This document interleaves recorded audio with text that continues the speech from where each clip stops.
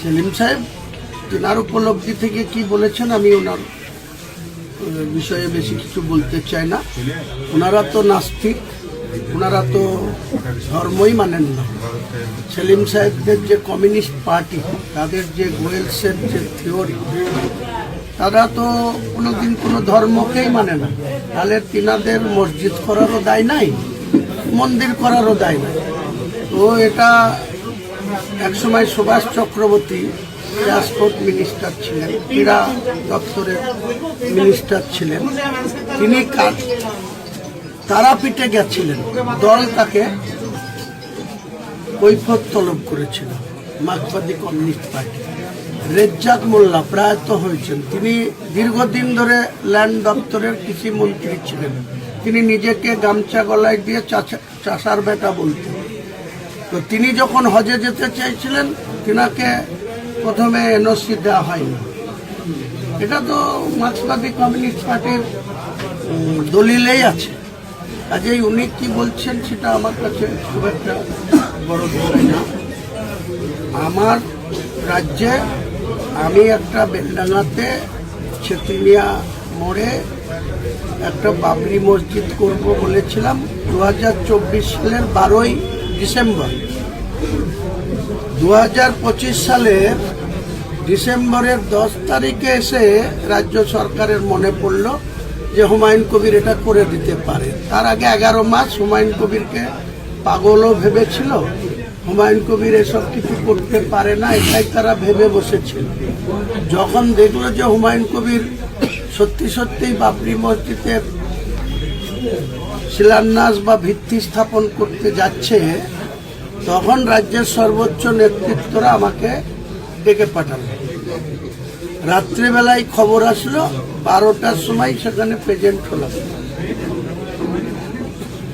তো 12:10 থেকে 2:10, 2 ঘন্টা তেনাদের যে প্যাক কি আছে, তাদের যে হত্যাকর্তা প্রতীক জৈন, তিনি আমার সাথে 11 তলায় 1-to-1 মিটিং করলেন।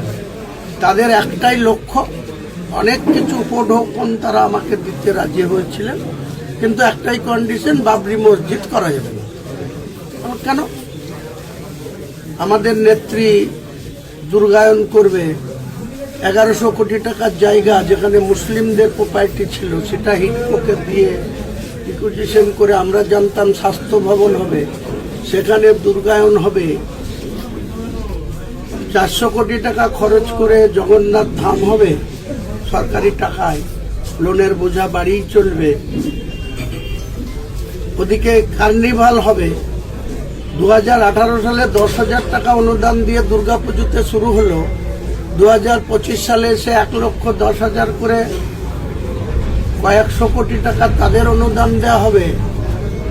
আর আমি আমার কমের টাকায় মসজিদ করব, তো আপনাদের বাধা কোথায়? তা বলছে আমরা ভোটে হেরে যাব।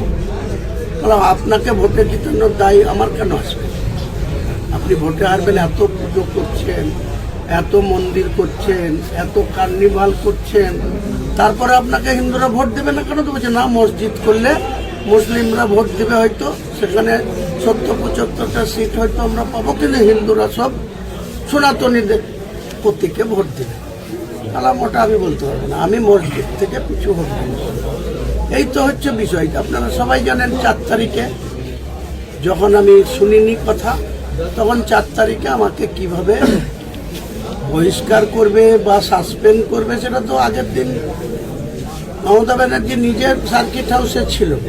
আমাদের এই জেলার কয়েকজন নেতা, মোহাম্মদ আলী লালগোলার বিধায়ক, তাহের খান 11 নম্বর লোকসভার এমপি, নারুগোপাল মুখার্জি চেয়ারম্যান বহরমপুর পৌরসভা,